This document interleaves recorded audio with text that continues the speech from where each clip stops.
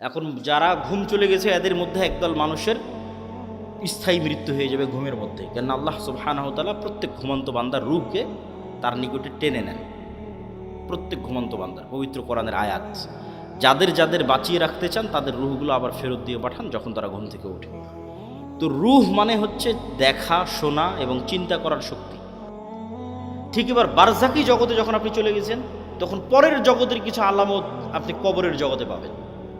মানে পরের জগৎটা তো জান্নাত এবং জাহান্নাম, কিয়ামতের পরের যে জান্নাত জাহান্নাম, তখন কবরে থাকা অবস্থাতেই জান্নাতের মৃদু আবহাওয়া আসবে, তাহলে আলামত দেখাচ্ছে যে এর পরের যে জগৎ সে জগতে তুমি জান্নাতে যাবা, সেটার কিছুটা আলামত নেও। যেমন দুনিয়াতে থাকতে তুমি ঘুমের মাধ্যমে পরের জগতের কিছু আলামত নিতা, এখন তুমি বারজাকি জগতে আছো, এখানে থাকা অবস্থায় এর পরের জগতের কিছু আলামত নাও। যদি জাহান্নামের হয়, শাস্তিযোগ্য বান্দা হয়, তাহলে জাহান্নামের গরম বাতাস আসতে থাকে তার কবরে। সরাসরি কিন্তু ওকে জাহান্নামে দেওয়া হয়নি, সরাসরি জান্নাতে দেওয়া হয়নি, কিন্তু তার পরের জগতে কি হবে তার কিছু ফিলিংস সে ওখানেই পাচ্ছে। এবং মানুষের আমলের ধরন অনুযায়ী এই রূহগুলো বিভিন্ন পর্যায়ে থাকে, আমলের ধরন অনুযায়ী। প্রতিদিন আমরা একবার করে বারজাকি জগতে চলে যাই বা বারজাকি জগতের একটা স্বাদ নিয়ে আসি।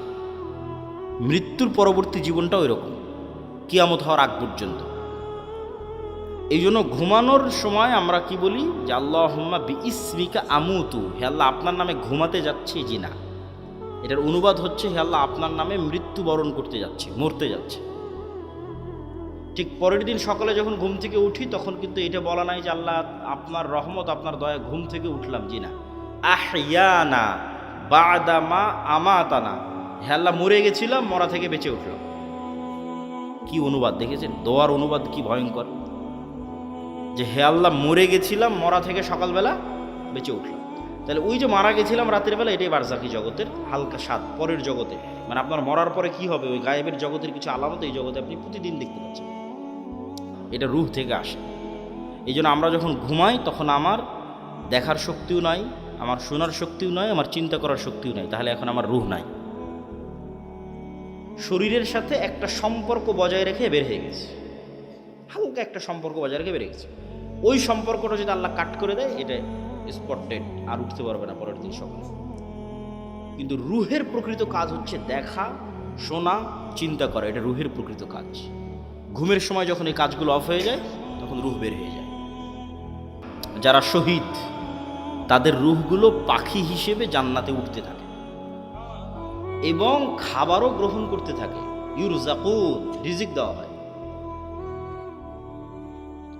তাহলে যারা শহীদ হয়ে গেল এদের রূহ পাখি হিসেবে জান্নাতে উঠতেছে। এদের চেয়েতেও যারা শ্রেষ্ঠ, শহীদদের চেয়েতেও যারা টপ লেভেলের রূহ, তারা আল্লাহ সুবহানাহু ওয়া তাআলার আরশের নিচে ঝুলন্ত অবস্থায় থাকে বারজাকি জগতে। এদের চেয়েতেও যারা টপ লেভেলের শ্রেষ্ঠ তারা হচ্ছে নবীরা। তারা দুনিয়া থেকে মৃত্যুবরণ করেছে, কিন্তু নবীদের বারজাকি জগতের জীবনযাপন আরও উন্নত পর্যায়ে, মানে কোয়ালিটি আরও বেশি। কোয়ালিটিটা কেমন? রাসূলুল্লাহ সাল্লাল্লাহু আলাইহি ওয়াসাল্লাম যখন গেলেন প্রথম আসমান, দ্বিতীয়, তৃতীয়, চতুর্থ, পঞ্চম, ষষ্ঠ, সপ্তম সব আসমানে নবীদের সাথে কথা হয়েছে। তো নবীরা তো মরে গেছে দুনিয়াতে, তাহলে ওখানে কিভাবে কথা হচ্ছে? নবীদেরকে সাথে করে না সালাত কিভাবে হচ্ছে? তথা নবীদের বারজাকি জগতের যে জীবন, সেটা বারজাকি জগতে আর যত রূহ আছে তাদের চেয়ে টপ কোয়ালিটির জীবন, যেখানে ইবাদত করাও সম্ভব, যেখানে কথা বলাও সম্ভব। মুসা আলাইহিস সালাম তো কতদিন আগে মরে গেছে, কিন্তু মুসা আলাইহিস সালামের সাথে মুহাম্মদ সাল্লাল্লাহু আলাইহি ওয়াসাল্লামের দেখা হচ্ছে মেরাজের সফরে এবং কথা বলতেছে। তাই এটা হলো বারজাকি জগতের জীবন, যেটা কিয়ামতের পূর্ব পর্যন্ত এবং মৃত্যুর পরের। তাহলে এগুলো তো গায়েব। এই গায়েবগুলোর উপর আপনার ঈমান, ইয়াকিন কোন পর্যায়ের, আপনি কোন জায়গা থেকে এগুলোর উপর ঈমান রাখেন? এগুলো কি আপনি চোখে দেখতে পাওয়ার মতো ঈমান রাখেন, না বাস শুনলাম দেখলাম শেষ? যতক্ষণ পর্যন্ত চোখে দেখতে পাওয়ার মতো ঈমান অর্জন এই জিনিসগুলোর উপর না হবে, ততক্ষণ পর্যন্ত গোলামি থেকে মুক্তির রাস্তা তৈরি হবে না। এই জন্য ঈমান মজবুত করা সবচেয়ে জরুরি। আর যদিও আজকের দুনিয়ার বস্তুবাদী জগতে মনে হচ্ছে যে বস্তুবাদী জগতে কিভাবে গায়েবের উপর ঈমান রাখা যায়, কিন্তু আমি চিন্তা করে দেখলাম যে এই বস্তুবাদী জগতে গায়েবের উপর ঈমান মজবুত করার আরও বেশি রাস্তা তৈরি হয়েছে। আমার চিন্তা, আমি উল্টাভাবে চিন্তা করেছি যে মানুষ মনে করতেছে যে সে মোবাইলের আনন্দ বিনোদনের মধ্যে ডুবে যাচ্ছে, মদ জুয়া আড্ডা, পৃথিবীতে এমন কোনো গুনাহের রাস্তা নেই যেটা বর্তমানে উন্মুক্ত হয়নি, ফলত সে কীভাবে গায়েবের উপর ইয়াকিন রাখবে? গায়েবের তো কোনো আলামত কোথাও দেখাই যায় না। কিন্তু আমি চিন্তা করে দেখলাম যে না, আমরা আধুনিক যুগে যা যা ব্যবহার করতেছি তা আমাকে গায়েবের প্রতি ইয়াকিন তৈরি করতে আরও বাধ্য করা উচিত। কীভাবে আপনাকে বলি, আজ থেকে 100 বছর আগে এই সাঘাটার কোনো মানুষকে যদি এখন জীবিত করা হয়, 100 বছর আগে এই প্রোগ্রামে নিয়ে এসে বসানো হয় মুরব্বির জায়গায়, দিয়ে তাকে আমি বলবো যে মুরব্বি, আমি এখন যে কথা বলতেছি আমার এই কথাটা না 1000 কিলোমিটার দূরে আমেরিকাতে এখন বাজতেছে, এখন আমার এই কথা উড়ে গিয়ে আমেরিকাতে এখন বাজতেছে, কয়েক হাজার কিলোমিটার দূরে। মুরব্বি তো বিশ্বাস করতে পারবে না যে বলে এখানে বলবে এখানে বাজবে লন্ডনে সাথে সাথে, এ কেমনি সম্ভব? এ তো গায়েব। এটা কিন্তু 100 বছর আগে এটাই গায়েব, 100 বছর আগে এটাই গায়েব। অথচ আমি কথা বললে আমার এই কথা উড়ে আমেরিকা, পৃথিবী যেই দিন সৃষ্টি হয়েছে সেই দিন থেকেই যায়। বুঝেন মনে হয় আমার কথা? এটা মানুষ জানত না। এটা তো আলোর গতির মধ্যে, আলোর মধ্যে ডাটা ট্রান্সফার হয়, এই জ্ঞান মানুষের ছিল না। কিন্তু ট্রান্সফার তো ভাই যেই দিন থেকে আল্লাহ পৃথিবী সৃষ্টি করেছে সেই দিন থেকেই হয়। মানে আমি এখান থেকে বলবো আর এটা আলোর গতির সাথে আমার এই কথা সারা পৃথিবীতে ঘুরতেছে, বা আলো যতদূর পর্যন্ত যাচ্ছে আমার এই কথা অতদূর পর্যন্ত যেতে থাকতেছে। এটা যেই দিন থেকে পৃথিবী আল্লাহ সৃষ্টি করেছে সেই দিন থেকেই। তাহলে এটা আমাদের জন্য কি ছিল? গায়েব ছিল। বলেন তো এটা আমাদের জন্য কি ছিল? গায়েব ছিল। তখন জানতাম না। তাহলে এইটা যদি সম্ভব হয় যে কথা বলবো এখানে আর আলোর গতিতে সেই কথা গিয়ে বাজবে আমেরিকায়, এবং আমেরিকায় বসে মানুষ শুনতেছে, এখন লন্ডনে বসে মানুষ শুনতেছে, আপনারা টিভি মোবাইলে ব্যবহার করতেছেন, তাহলে এটা ব্যবহার করা অবস্থায় আপনি কিভাবে বিশ্বাস করতেছেন যে এই কথা আল্লাহ শুনতেছে না? বলেন আল্লাহু আকবার। আপনি মোবাইল ব্যবহার করা অবস্থায় মানুষ আপনার কথা শুনে নিচ্ছে মানুষের তৈরি করা যন্ত্র দিয়ে, আমার এখনকার কথা মানুষ শুনে নিচ্ছে ইংল্যান্ডে বসে থেকে, আমেরিকায় বসে থেকে, আর আমি বিশ্বাস করতেছি আরে আমি যে কথা বলছি এটা তো মনে হয় আল্লাহ শুনতে পাচ্ছে। তাহলে আপনি আধুনিক প্রযুক্তির প্রত্যেক যে জিনিস ব্যবহার করতেছেন ওই জিনিসে এবার এই স্টাইলে চিন্তা করুন যে মানুষ যদি এই পর্যন্ত করতে পারে তাহলে আল্লাহ কোন পর্যন্ত করতে পারে। তাহলে আপনি যত চিন্তা করবেন তত গায়েবের উপর আপনার ইয়াকিন বাড়বে। যেহেতু ভয়ঙ্কর আমরা গেড়াকলে ফেসে গেছি। বর্তমান বিজ্ঞান এটাই বলতেছে যে কাফা বিনাফসিকাল ইয়াউমা আলাইকা হাসিবা, যে আজকে তোমার হিসাবের জন্য তুমি যথেষ্ট। আলজামনাহু তায়রাহু, মানুষের সাথে মানুষের পাখিকে আমি মানুষের ঘাড়ের সাথে বেঁধে দিয়েছি, শাব্দিক অনুবাদ করলাম। তো কেমনে মানুষ তার হিসাবের জন্য নিজেই সে যথেষ্ট, আলাদা করে হিসাব করা লাগবে না, এটার একটু দু একটা উদাহরণ দেই। এই যে আমরা এখানে কথা বলতেছি, এই কথা এখন আলোর সহযোগিতায় পৃথিবীর বাংলাদেশের সব জায়গায় পৌঁছে যাচ্ছে। তো এই আলোটা যতদূর যাচ্ছে এই কথা কিন্তু এই আলোর মধ্যে আছে। শুধু কথা না, আমার দৃশ্য, আমার ছবি, আমার ভিডিও এই আলোর মধ্যে আছে। আলো ডাটা ট্রান্সফার করতে পারে, যেটা দিয়ে এরা ক্যামেরার কাজ করতেছে, মোবাইলের কাজ করতেছে, সেটাই। তো এখন আমরা যদি পৃথিবীতে এমন একটা যন্ত্র আবিষ্কার করি যেটা আলোর চেয়ে বেশি জোরে দ্রুত চলে, এটা আবিষ্কার করা মানুষের পক্ষে সম্ভব নয়। কল্পনা করেন যে আমরা একটা অলৌকিক কার্যকলাপের মাধ্যমে একটা মেশিন তৈরি করলাম আলোর চেয়ে জোরে চলে, দিয়ে এখন আজ থেকে 15 বছর আগে চলে গেছি, আলোর চেয়ে বেশি গতিতে 15 বছর আগে চলে গেছি। তো 15 বছর আগে থেকে যে আলোটা ছুটেছে আকাশের দিকে, ওই আলোটা এখন যে জায়গায় আছে আমি ওর আগে গিয়ে বসে গেছি, ওর আগে গিয়ে পৌঁছে গেছি, আলোটাকে ধরব। ওই আলোটাকে ধরার সময় যদি ওখানে আমি কোনো একটা মেশিন সেট করতে পারি, তাহলে 15 বছর আগে এই সাঘাটার মাটিতে বসে আমি যা করেছি তা লাইভ দেখতে পাবো। 15 বছর আগে সাঘাটার মাটিতে আমি যা বলেছি তা আমি লাইভ শুনতে পাবো। এগুলো একটাও হারিয়ে যায়নি, সব আলোর মধ্যে আছে। ওই যে বিজ্ঞান ব্যবহার করতেছে, এখন এখান থেকে উড়িয়ে নিয়ে গিয়ে আমেরিকা লন্ডনে বাজাচ্ছে, দুটো তো আলোর সহযোগিতা, ওখান থেকে হারায় না। যে ধরতে চাইবে তোমাকেও ধরতে পারবে। যে তুমি রাতের অন্ধকারেও যদি কিছু করে থাকো সেটাও আলোর মধ্যে ভেসে থেকে গেছে, ওটা ধরা যাবে। লাইভ বদরের যুদ্ধ দেখা সম্ভব। শুধু আলোর গতিতে 1500 বছর আগে চলে যেতে হবে, তাহলে বদরের যুদ্ধ লাইভ দেখা যাবে ক্যামেরা দিয়ে আর মোবাইল দিয়ে। মুহাম্মদ সাল্লাল্লাহু আলাইহি ওয়াসাল্লামের হাদিস সহজ। আমাদেরকে যদি আল্লাহ সুবহানাহু ওয়া তাআলা ধরতে চায়, তাহলে অন্তত এখনকার বিজ্ঞান অনুযায়ী গায়েবের উপর আরও ইয়াকিন তৈরি হওয়া উচিত যে আমরা তো বড় বিপদে আছি। শুধু এই একটা নয়, এই যে পুনরুত্থান, আল্লাহ সুবহানাহু ওয়া তাআলা মানুষকে জীবিত করতে চায়, জীবিত করবে। তো মানুষের ডিএনএ যদি এখনকার বিজ্ঞান 10,000 বছর আগে ধরো যে ডাইনোসর চলে গেছে, তার ডিএনএ যদি পাই, তাহলে ওর ক্লোন করে কাছাকাছি ওই মানের ওর ওই ডাইনোসরের কি ছিল না ছিল সব কিছু বের করে নিয়ে আসতে পারবে। তো মনে করো তুমি মাটির সাথে মিশে হারিয়ে গেছো, তোমার ওই যে হাড় আছে, ওইটা যদি বিজ্ঞানীরাই পায় আজ থেকে 20-50 বছর পর, ওখান থেকে যদি ডিএনএ বের করে নিয়ে আসতে পারে, হাড় বাদ দিলাম, তোমার চুলের 10 ভাগের 1 ভাগও যদি পাওয়া যায়, ওখান থেকে তোমার ডিএনএ যদি বের করা যায়, তাহলে ডিএনএ বের করলে তো যত দ্রুত এই সায়েন্স অগ্রগতি লাভ করতেছে, অদূর ভবিষ্যতে দেখবা যে তোমার ডিএনএ দিয়ে তোমার লিভার তৈরি করা যাচ্ছে, তোমার ডিএনএ দিয়ে তোমার কিডনি তৈরি করা যাচ্ছে, খালি রুহটা দিতে পারবে।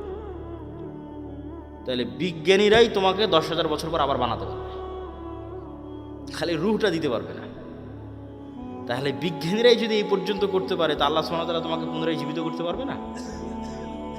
খুবই ভয়ঙ্কর। আল্লাহ সুবহানাহু ওয়া তাআলা অতি দ্রুত এবং অতি সহজে তোমাকে পুনরায় জীবিত করবে। এই জন্য মানুষের শরীরের সাথে মাটির প্রচণ্ড মিল আছে, প্রচণ্ড মিল আছে মানুষের শরীরের সাথে মাটির। আমরা যা খাবার খাই সব মাটি থেকে আসে, যা আমাদের পেটের মধ্যে ঢুকতেছে, এমন কোনো খাবার নাই যেটা তুমি মাটির সংস্পর্শ ছাড়া তৈরি করতে পারবে, আলোর সংস্পর্শ ছাড়া তৈরি করতে পারবে, পানির সংস্পর্শ ছাড়া তৈরি করতে পারবে, কিছু নেই। বলো কই আমি গরুর গোস্ত, তো গরু কি খায়? ঘাস খায়। ঘাস কোথায় হয়? মাটিতে হয়। কোনো খাবার নাই পৃথিবীতে যেটা ওখান থেকে আসতেছে। তাহলে একটা কলা তৈরি হলো, মাটির কলার গাছ তৈরি হলো, কলার মধ্যে কি আছে? Magnesium, calcium. ওই সেম ম্যাগনেসিয়াম ক্যালসিয়াম তোমার শরীরের মধ্যে আছে। তাহলে ওই ম্যাগনেসিয়ামটা মাটির থেকে আসতেছে। তাহলে মাটির ম্যাগনেসিয়াম আর তোমার শরীরের ম্যাগনেসিয়াম সেম। আজকে আল্লাহ ওই কলা তোমার শরীরের মধ্যে দিয়ে এখানে কোষ তৈরি করতেছে, ব্লাড তৈরি করতেছে, এই কোষ এই সেম ব্লাড ওই মাটির মধ্যেই তৈরি হয়ে যাবে। কিনা সেম জিনিস ওখান থেকে এখানে আসতেছে। শুধু আল্লাহ এই শরীরের উপযুক্ত করার জন্য গাছগুলোকে তৈরি করে দিয়েছে, যাতে সরাসরি মানুষ মাটি খেতে পারবে না, ওখান থেকে ওই মাটির রস শুষেনে যে কলা হবে সেটা মানুষ খেতে পারবে, ওইটা রস শুষেনে যে আম হবে সেটা খেতে পারবে। কিন্তু ওই আমের মধ্যে যে ভিটামিন আছে ওই ভিটামিন মাটি থেকে এসেছে, ওইটা আমার সেম শরীরের মধ্যে আছে। তাহলে আমার শরীরের মধ্যে যা যা আছে তা মাটিতে আছে। তাহলে মাটিতে সেল তৈরি করা মানে শরীরের কোষ তৈরি করা, মাটির মধ্যে কোষ তৈরি করা, মাটির মধ্যে ব্লাড তৈরি করা, এটা অনটুর ব্যাপার, সেকেন্ডের ব্যাপার। এই জন্য কবর থেকে মানুষ তরতর তরতর করে তরতাজা গাছের মতো পরকালে কবর থেকে উঠে আসবে, মাটি থেকে উঠে আসবে। তো সম্মানিত উপস্থিতি, তাহলে আপনি গায়েবের উপর যতক্ষণ ইয়াকিন তৈরি না করবেন ততক্ষণ আপনি সঠিক সিদ্ধান্ত নিতে পারবেন না। আপনার কাছে মনে হবে এই দুনিয়ায় আমার কাছে সব কিছু, অতএব আপনার সকল সিদ্ধান্ত হবে দুনিয়ামুখী। আর যখন আপনি মনে করবেন যে না এই দুনিয়া আমার কাছে কিছুই নয়, আসলে আমার প্রকৃত বসবাসের জায়গা জান্নাত, অতএব আমাকে এখানে বসে থেকে জান্নাতে ঘর বানাতে হবে, আমাকে এখানে বসে থেকে জান্নাতের বাগানে গাছ লাগাতে হবে, আমার স্থায়ী থাকার জায়গা হচ্ছে জান্নাত। এই কল্পনাটা যেই দিন যত মজবুত হবে তত গোলামি থেকে মুক্তির রাস্তা সহজ হবে। এই কল্পনাটা মজবুত হওয়া জরুরি। আল্লাহ সূরা বুরুজের মধ্যে বলছেন ওমা রাকামু মিনহুম ইল্লা ইউমিনু বিল্লাহিল আজিজিল হামিদ, যে সূরা বুরুজের ঘটনায় পুরো একটা এলাকার মানুষকে জ্বলন্ত আগুনে নিক্ষেপ করে দেওয়া হয়েছে, হয় ঈমান পরিত্যাগ করো না হলে আগুনে ঝাঁপিয়ে পড়ে মরে যাও। তো মা তার কোলের সন্তান সহ আগুনে ঝাঁপ দিয়ে পড়ে যাচ্ছে। এটা কেমনে সম্ভব? এটা সম্ভবের একটাই রাস্তা, ওরা যে আগুনে ঝাঁপ দিচ্ছে ওই আগুনকে ওরা নিশ্চিত জান্নাত মনে করতেছে, আর বাড়িতে ফিরে গেলে যে এসি ফ্রিজ ফ্যানের বাতাস আছে ওইটাকে ওরা নিশ্চিত জাহান্নামের আগুন মনে করতেছে। শুধু মনে করা নয়, ইয়াকিনের লেভেলে ওদের বিশ্বাস। ফলত ওরা আগুনে ঢুকতেছে না, জান্নাতে ঢুকতেছে, জান্নাতে ঢুকতেছে। এটা ছাড়া আপনি ঢুকতে পারবেন না, এই লেভেলের ইয়াকিন ছাড়া আপনি ঢুকতে পারবেন না। ওরা তো আগুনে ঢুকতেছে না, জান্নাতের মধ্যে ঢুকতেছে, দেখতে পাচ্ছে এটা জান্নাত। এই সেম পরীক্ষা তো দাজ্জালের পরীক্ষা এরকমই হবে। দাজ্জালের জান্নাত হবে জাহান্নাম, দাজ্জালের জাহান্নাম হবে জান্নাত।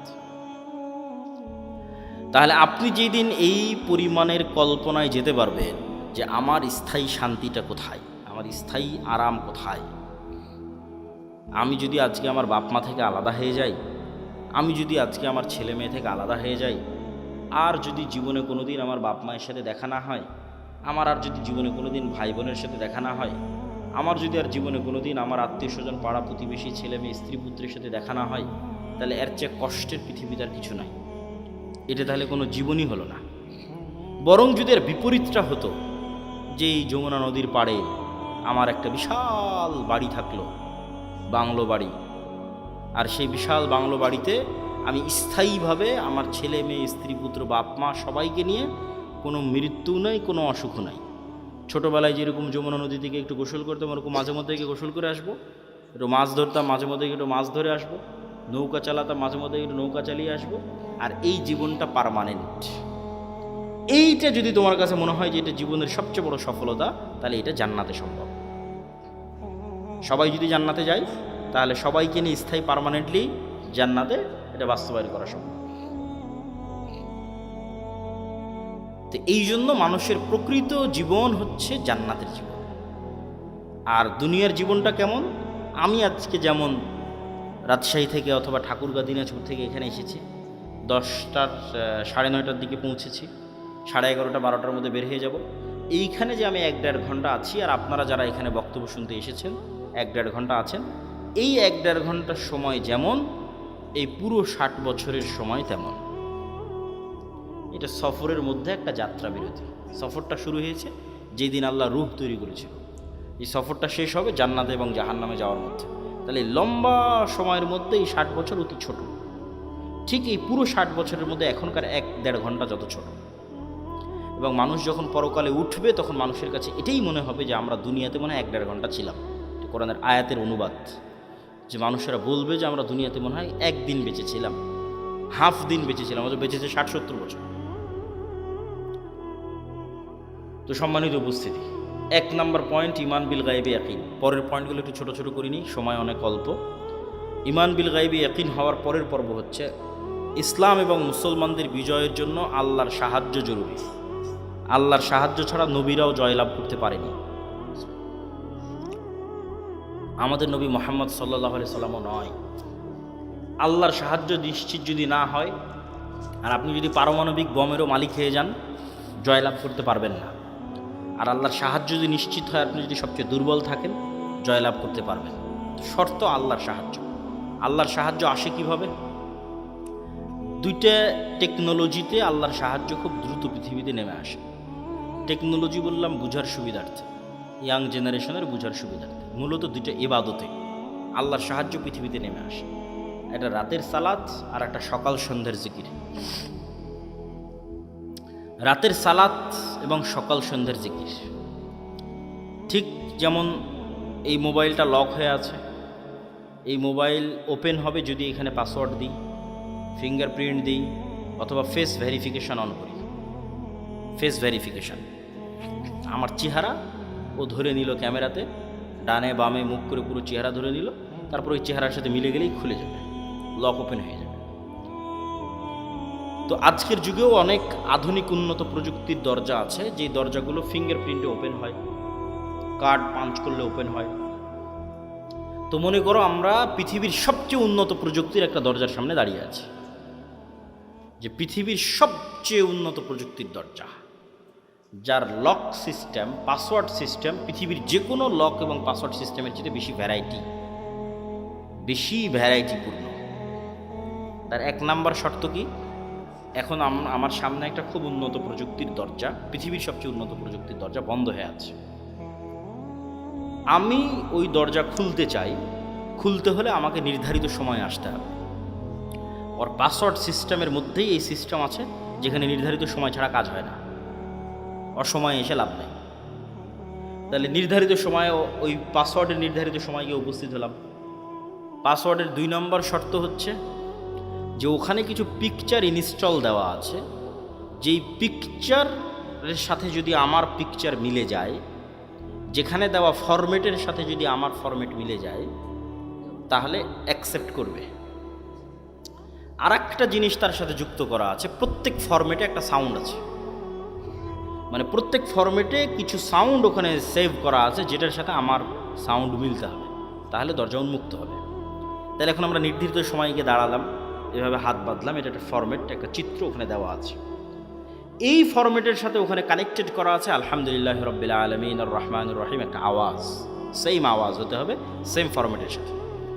তারপরে রুকুতে চলে গেলাম, এটা একটা ফরম্যাটের একটা চিত্র, এটা ওই দরজাতে ইনস্টল করা আছে।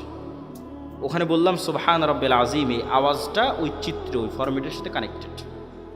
তাহলে নির্ধারিত সময়ে গিয়ে নির্ধারিত পিকচার ফরম্যাট তৈরি করে নির্ধারিত আওয়াজ যখন আমি বলতে পারলাম, তখন দরজাটা খুলে গেল। তো এইটা এমনি জাস্ট বোঝানোর জন্য আমি বলতেছি, কিন্তু ঘটনা এর চাইতে বেশি উন্নত এবং এর চাইতে বেশি সরাসরি এবং এর চাইতে বেশি ডাইরেক্ট। ইবনুল কাইয়িম রাহিমাহুল্লাহ বলছেন যে মানুষ যখন সালাতে দাঁড়ায় এবং চোখ সিজদার দিকে নিবদ্ধিত রাখে এবং অন্তর আল্লাহর সাথে কানেক্টেড রাখে, তখন আল্লাহ সুবহানাহু ওয়া তাআলা তার নূরের পর্দা সরিয়ে বান্দার মুখোমুখি হয়ে যায়। তো এটাই ইবনুল কাইয়িম রাহিমাহুল্লাহ বলেছে। আমি এই জিনিসটাকে আরও সহজ করার জন্য আর একটা উদাহরণ দিই। আমি যে উদাহরণ দেবো ওইটার মতো তা কিন্তু নয়, কিন্তু এটা তার চাইতে আরও কত উন্নত সেটা একমাত্র আল্লাহ সুবহানাহু ওয়া তাআলা জানে। সেটা আমার পক্ষে বলাও সম্ভব নয়, জানাও সম্ভব নয়, কিন্তু বোঝানোর সুবিধার্থে বলতেছি। আমরা অনলাইনে ক্লাস করি না? অনলাইনে ক্লাস করার সময় টিচার আসলো, জুমে লগ ইন করলো, আমিও জুমে লগ ইন করলাম। তো জুমে লগ ইন করার পর আমি এবং আমার টিচার দুইজনই ক্লাসে অংশগ্রহণ করেছি। তো আমরা যে ইন্টারনেট ব্যবস্থাপনার মাধ্যমে এবং যে মোবাইল ব্যবস্থাপনার মাধ্যমে সরাসরি আমার টিচারের মুখোমুখি হয়ে ক্লাস করতেছি, সালাত এই ইন্টারনেট এবং এই মোবাইলের যোগাযোগের চাইতে হাজারো কোটি গুণের লক্ষ উন্নত প্রযুক্তি আল্লাহর সাথে ডাইরেক্ট কানেক্ট করার।